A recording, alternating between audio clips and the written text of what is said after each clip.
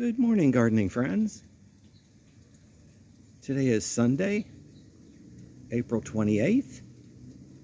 It is precisely 8 o'clock. I don't know if you can hear the church bells off in the distance, but it is a beautifully warm day. In fact, we're in a warm spell. Quite a lot of breezes here today. We might get some rain on Monday or Tuesday, but no major rains in the near forecast, so I'm having to do a lot of watering. Oh, while we're up there, you may notice that I thinned out some of that crepe myrtle. That's a white crepe myrtle that I pollarded. And when you pollard, they come up with this big tuft of new shoots, and I like to thin them down to about 3 or 4 shoots per stem. I did the same to that crepe myrtle, although that one is the traditional watermelon pink color. It was supposed to have been a lavender, but they lied to me when I bought it 30 years ago. There's been a lot of new people to the channel, and I figured I would tell some stories today because they haven't heard all of my stories. But before we start, a couple of things I wanted to mention. Of course, I do not gain any income from this channel. Hence, you don't see a little shop here button. I just do it because I like to do it. And I do watch a lot of YouTube gardening videos. And I saw one, I won't mention the channel. Of course, their business is selling plants. But for those of you that are new gardeners, I just figured I'd mention this because you really ought to know. You don't need to use a lot of fertilizers when you set your plants out. This happened to be a show of how many plants can we cram inside of one pot. But they started with a beautiful pot, which of course is available at their nursery. And then they used a premier potting soil containing fertilizer. They used biotone in the pot, also containing fertilizer, amongst other things. Then, as if that wasn't enough, they put slow release fertilizer inside the pot. And then, to compound all of that, they put compost in the bottom of the pot. So this one pot has a lot of additives to it, all of which are available at their nursery. Now let's talk the real thing. All plants require certain nutrients from the soil. They can get them in only one form, and that's the form that they need. And the fertilizer, you can have extra fertilizer, it's not going to stay in the pot. It's going to wash away with time. Organic fertilizers tend to last longer because they degrade slowly and release the needed nutrients at the time. Well, they just release them slowly, period, whether the plant's there or not. So you really don't need to be adding all that extra fertilizer. One type of fertilizer is more than enough. It doesn't hurt to add the extra fertilizer, except your pocketbook. But there you have it. Gary's short talk on fertilizers. Oh, there was one other thing that drives me a little crazy. Proven winner is a trademark, like Kleenex and Clorox. It does not mean the plant is a proven winner for your garden.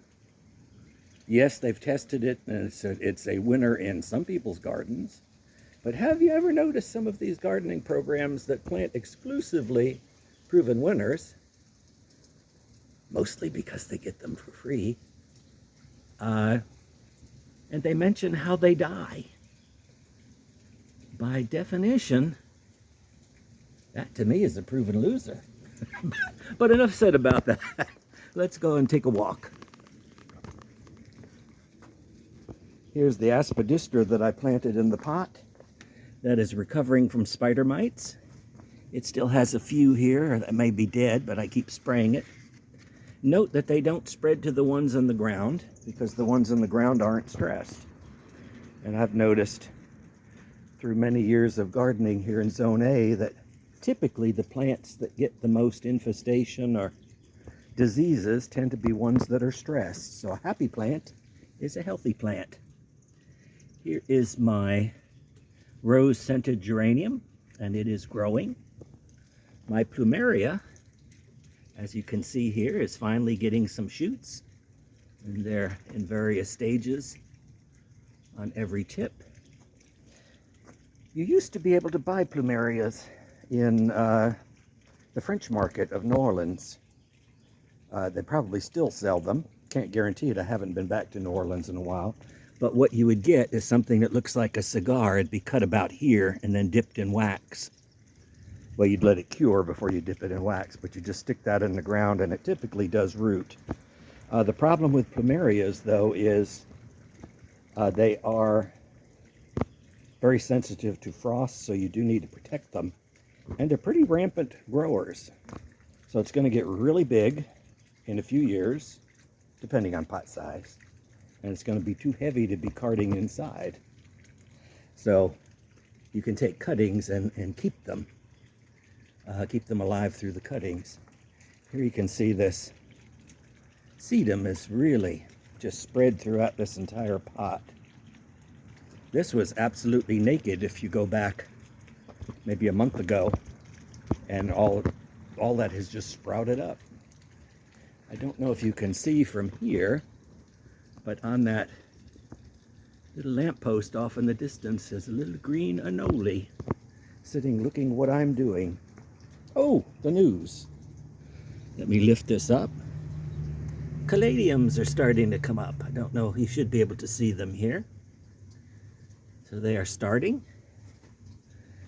And the other group of caladiums, I can't turn the phone horizontal because it does strange things, are down here. I think there's one little green one in there coming up, but it's microscopic right now. But the good news is they are sprouting. The bad news last week was my papyrus. It's been windy, and I have a family of cardinals that has adopted my backyard. And the younger cardinals, the older cardinals know. The younger ones didn't know that these things could not support their weight. So they sat on them and broke 3 in this bunch and 1 over there, 2 over there. So I'm leaving them. Eventually I will cut them off, but as long as they remain green, they're adding food to the mother plant. So although it doesn't look the best, it's still alive and I'm keeping it. That is one of the disadvantages of attracting wildlife to your gardens, is occasionally they do things that you don't want them to do. Roses are still coming. Quite a fragrance from these Oklahoma roses here. Here you can see my French tarragon. That was the most pitiful herb that I got. It is pepping up. That's the one that may not survive our summer heats. I'll have to protect it some in the summer or possibly bring it in. But if you're not familiar with tarragon, I do a lot of cooking and like to make sauces. It's basically a licoricey flavor, or anise. And I plan on making some oysters Rockefeller using that. It's also good like in chicken salads. You can add it to potato salads, but I prefer dill in potato salads. Personal preference. Here, I don't think I showed you these last week, under my Iachroma cutting from last year, I have 5 marigolds. I believe they're tagetes. Those were the ones that seeded themselves in the garden where the sundial is. And I dug them out and planted them there. And here, of course, is my curry plant. Oh, I shouldn't have done that, because now my hands are going to smell from curry the rest of the day. That's not the curry that you use when you make Indian or Chinese dishes, but it smells like it. You can add it to foods that need a little hint of curry. Again, you could add a little bit of that to chicken salad. Chicken salad lends itself to a lot of different herbs being added. Here are these pots. You can see the sedum is doing better. However, I can't find it right now. The birds do like to perch on these pots, and also other things nearby, and they do like to nibble on these things. Here, the cycads have really shot up. And remember that banana that had snapped in two a couple of weeks ago? Well, it's better. Still have the flowers here on the jasmine. And I must admit, these now 1-year-old toad lilies are really liking that spot. They're about to be put in deep shade when the cycads get a little bigger.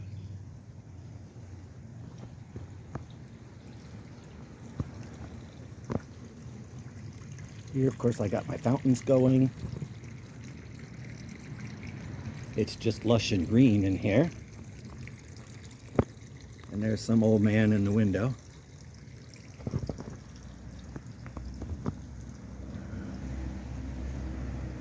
My Nico blue hydrangea here is starting to flower. You can see them tinging blue a little. Back in here, this is looking nice. The Fatsia japonica. It looks fairly symmetrical. And fortunately for YouTube, it is protecting Adam's privates from view. Better than a fig leaf.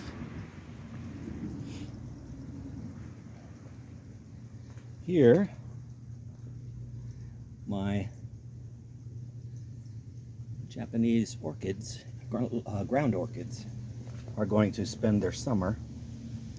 And I'm really surprised. I put this was on my front porch, this cyclamen, and it seems to have perked up being in the shade, so I'm going to leave it there. By the way, the loquats are definitely ripe. I had a lady and her daughter stop on Friday and ask if they could have some loquats from the front yard, so I said yes.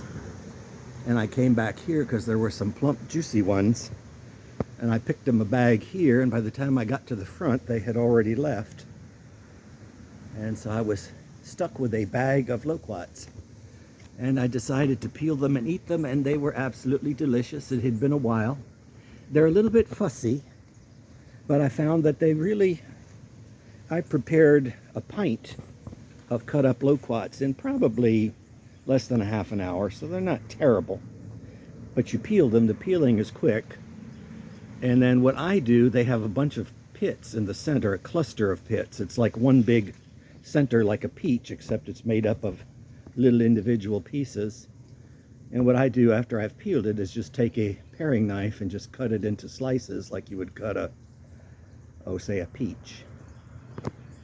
And they do darken a little with age, so I put a squeeze of lemon juice in them and then just macerated them with like 2 tablespoons of sugar. I did that for a pint-sized container, and boy, with that sugar released the fluids in the loquats, and they were absolutely delicious, and I've refilled them twice since then. Can't stop eating them. Here, all is looking good. The vinca are still doing fine on the fence. I mentioned I planted vinca because they're resilient when you water them. That doesn't beat them down. One other thing about vinca, which I learned from gardening up north, is they are somewhat deer resistant.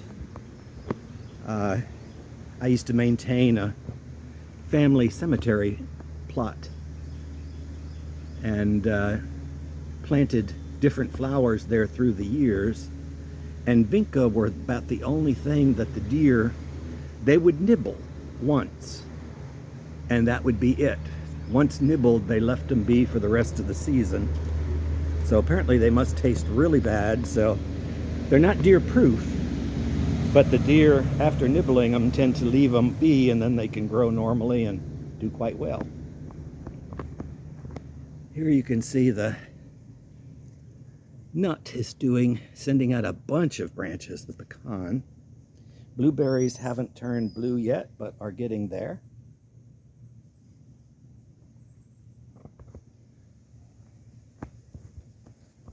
These jasmine are better now. They're getting a little older. They're not quite as intensely fragrant. And up in here, it's just looking really lush and green. My angel's trumpet, I took a cutting from this because the angel's trumpet in that far corner across from the statue of David definitely got eaten up by slugs. There is no new growth around it. So I went and took a cutting from here, and I've got it in water. I put it in water last Tuesday, and I looked at it this morning, and it's got little bitty white bumps already forming, so very easy to propagate. I'm going to wait till, probably keep it for another week till some true roots start to appear, and then stick it in a pot of potting soil. This, what is it called? Forsythia or Forsythia, depending on whether you're English or American, can be, I'm going to prune this back. And I could, if I wanted to. Oh, no, that one's not quite it. There you go. If you can break it off like that, that is a perfectly good cutting. I would probably cut it about here, because the roots are going to come at the nodes. So you want to bury one or two of those in the ground.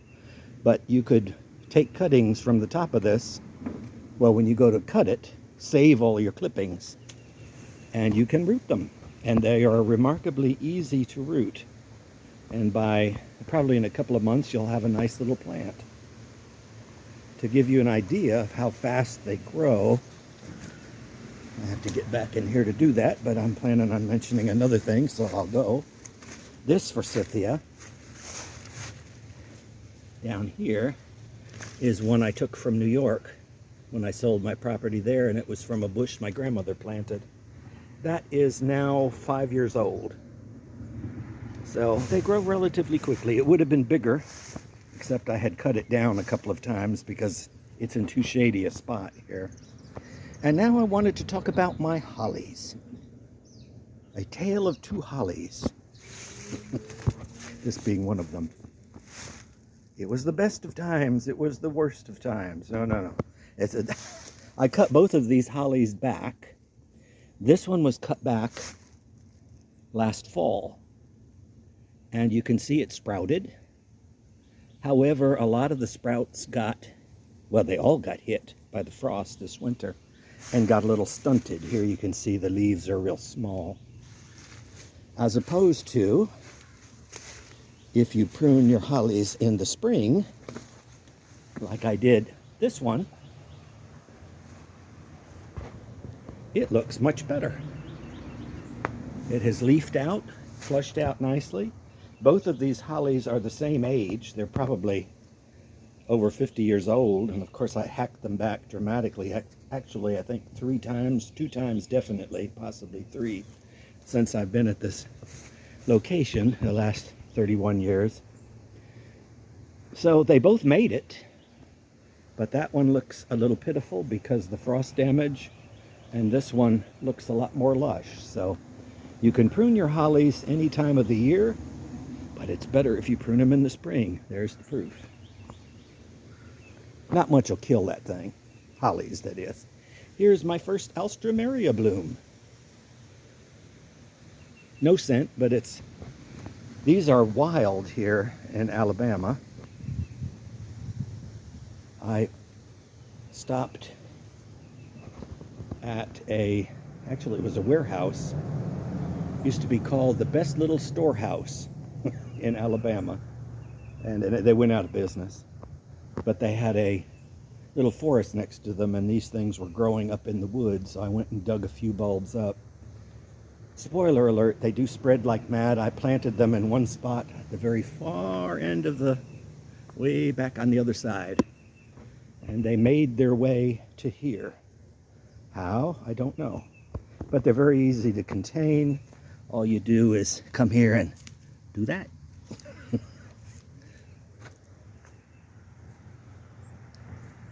My Tradescantia spiderwort is still here, and that same weekly bee is back.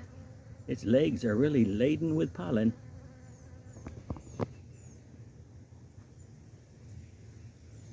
That's a union bee. He comes by about this time every week. Oh, here's a non-union one intruding.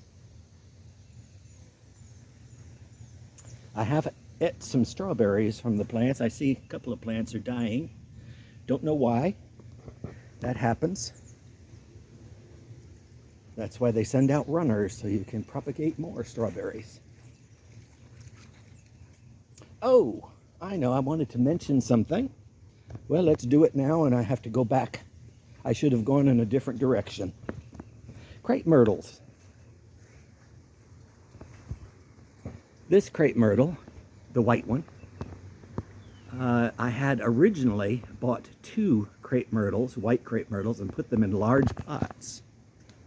And this was many, many years ago. One was here, and one was here.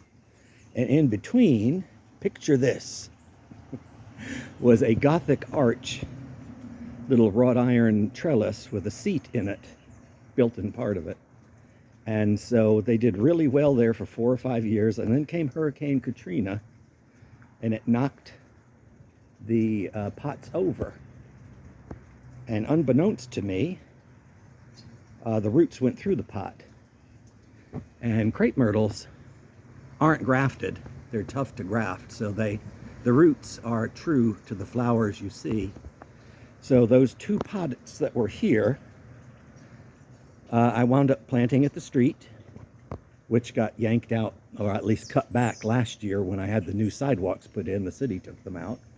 However, where the pots were, the roots sent out shoots. And those shoots, let's see, I had 3 plants that came just from the roots where the pots used to be. This was one clump. I think I put 2 together there. And you can see it's a beautiful tree today. One I had in the front yard had to be taken out because a crane had to be positioned in that spot where the crepe myrtle was, so it had to be sawed down and got crushed out. So that one's gone. The 2 at the street are gone. However, paying attention to details, I did notice, now where is it? Here it is. This is a crepe myrtle, which would probably be ripe for the picking. And it's a white crepe myrtle because the old white one used to be right about there, but on the street side of the fence. So if you plant a crepe myrtle, they come up all over the place, and you can multiply them. So say you wanted to make a crepe myrtle hedge and you were going to be in your property for 5 to 10 years. You could buy half as many crepe myrtles, leave them in their pots. I might cut the bottom out of the pots just a little bit. Anchor them in place so they don't move around. And I think I said plant every other one. And then after about 3 years, move the pots to the other spots. Or plant them in the other spots. And you'll have a whole hedge in probably another 3 or 4 years. Or you could just buy hundreds of crepe myrtles, which are available from my store which you can click on right here. More hydrangeas, Nico Blue, and something's been drinking the water here. Have not yet seen Gado. This is an absolutely gorgeous bougainvillea. Here you can see Megara. This is the stage I prefer it, when it stays compact like this. I think it's a prettier plant. However, what it's going to do is get real long and spindly. However, then it looks more like little butterflies. Right now it looks like a plant or a flower. I was visited again by some wildlife earlier this week, and they dug a hole here and they dug a hole there, but didn't damage anything of importance. They also bathed in my water baths, and so I had to change my water baths yesterday. I noticed the little sucker was back today, but I had blocked the entrance where they come in through my fence with a pot. And he had a lighter touch today. It's a crafty one that I have. Probably a, what do you call them? Raccoon. Here you can see the free fern I got from the front yard is sending up little croziers at the bottom. But how can I tell that animal was here last night? Well, when I went to bed, that water bath was full. So something displaced the water out of that water bath. Oh, here's another thing I did this last week. I'm going to be slowly cutting back this one camellia. It looks kind of ragged from this side, but it'll sprout back again. The reason being is it had covered over half of my wheelchair ramp. And you can kind of see where the grass was to see where the path was. So I cut it back quite dramatically. And probably have forfeited blooms. Maybe not, because I cut it close enough to its blooming time. But I need my walkway. And someday I may need the wheelchair ramp again, but for right now I can get around. I'm going to have to do the same to this side. Well, actually all four sides of that. I'm going to let the top grow as tall as it wants. Oh, while we're talking free plants, someone had asked way back, how do you propagate camellias? And the short answer from me is, I don't really ever do it, but there are videos out there, especially from Gardener's World, where they do propagate them. However, this is a seedling camellia, probably from this bush here. It may not come back as the same flower, but I have let it grow, and it actually kind of looks like a topiary. So what I'm going to do is dig it out, put it in a pot, and actually try a topiary camellia and see how it does. So sometimes you're given these things for free. Take advantage of them. Plumbago is coming back here. It dies back to the roots every year. This, of course, is going to be dug out here. This is that same Alstroemeria, and I will dig that out. And this is the area where the caladiums are going to go. I started the caladiums in pots because of the animals that visit my yard. They like to dig out caladium bulbs or corms, but they don't eat them. And I want this to be a lush carpet of caladiums all around these boxwoods. And if I plant them in the leaf litter and that something comes along and digs them up, I'm not going to know exactly where they came up from. So my plan is to let them become plants and then plant them, and the animal will leave the plants alone, typically. Oh, other thing. Daylilies. Hemerocallis fulva, tawny daylily. I read up on them again. They originally came from Asia to Europe, from China actually, probably with the silk trade, into Europe, and then brought from Europe to America with the early European settlers. And they are indeed sterile. They will not set seed. Never have, never will. However, they are the species, the flava, no, these are fulva, are the orange ones. Flava are the yellow ones. And from those two daylilies, all of your daylilies that you have today came. So it's a species. Of course, the flowers only last for one day. Every part of the plant is edible. The flowers, the roots, the little nodules on the roots. Not that I'm going to eat it. These came from my garden in New York, and I got them from the side of the road in New York. It's amazing what you can see from the side of the road. Just don't dig anything up in front of someone's house. My foxgloves are still doing well.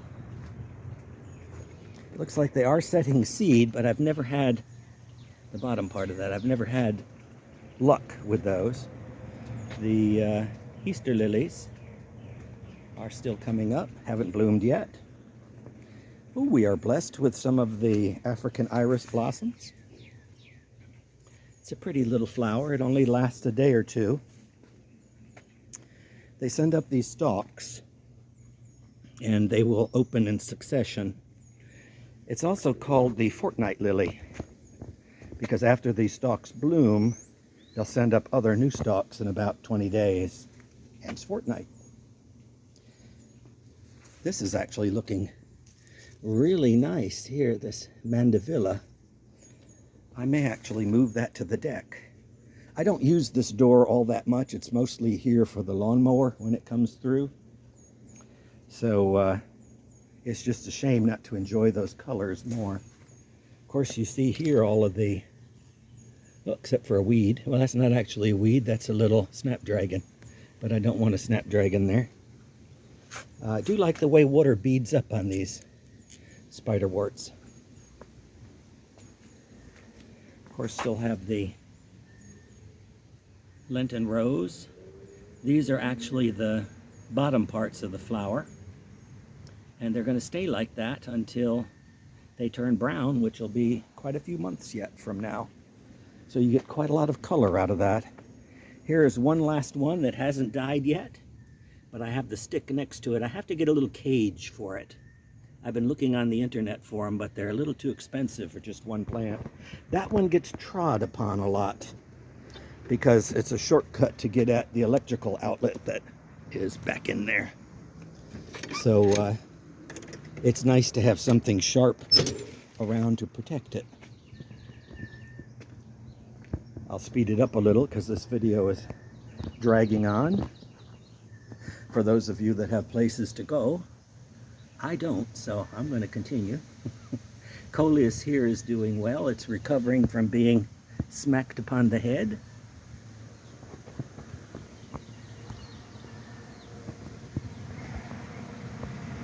Not much of note going on here.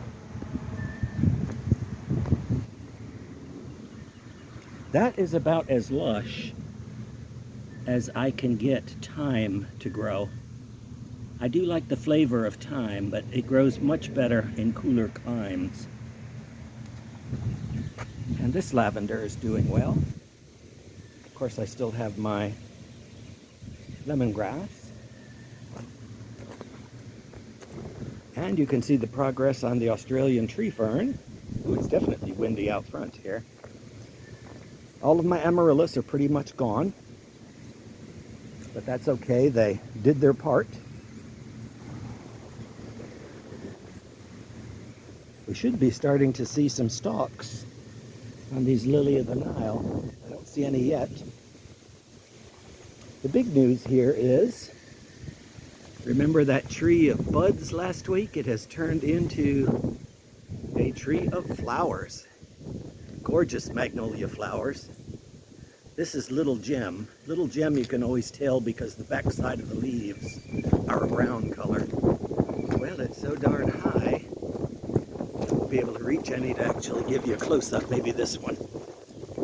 There you go. Did it from the front. Pretty flower.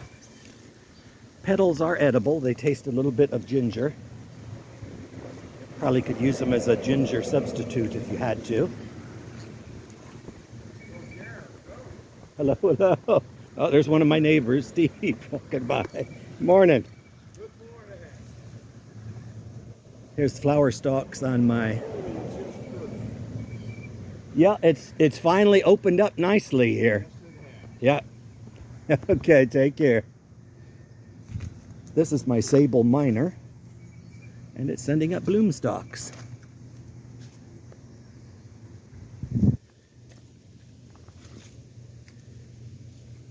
Back in here, my 4 o'clocks that I dug out from the potager are doing well.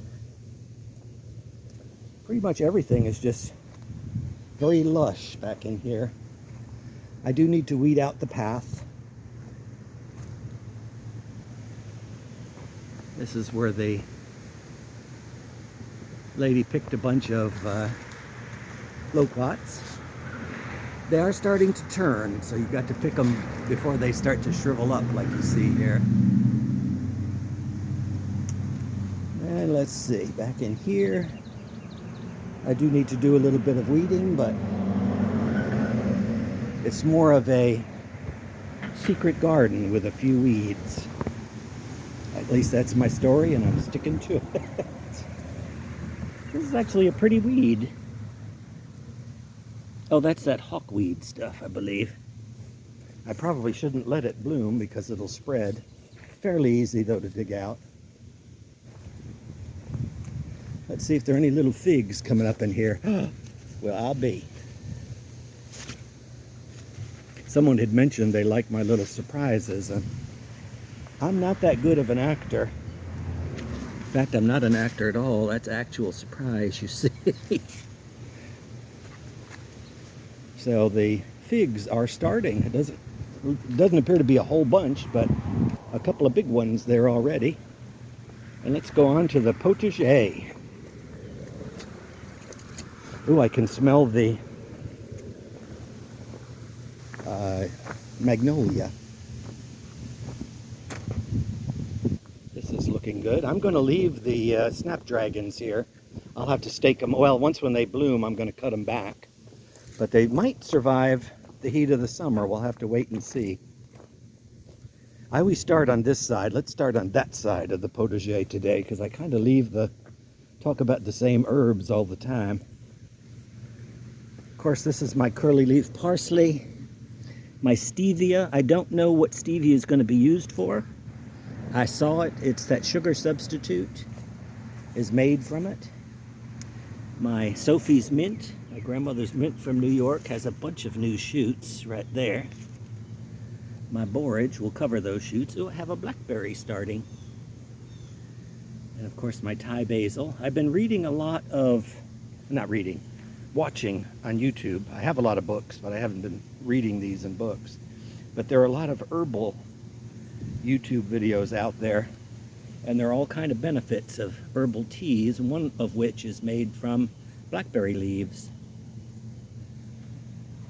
So I may try that. I don't necessarily subscribe to herbal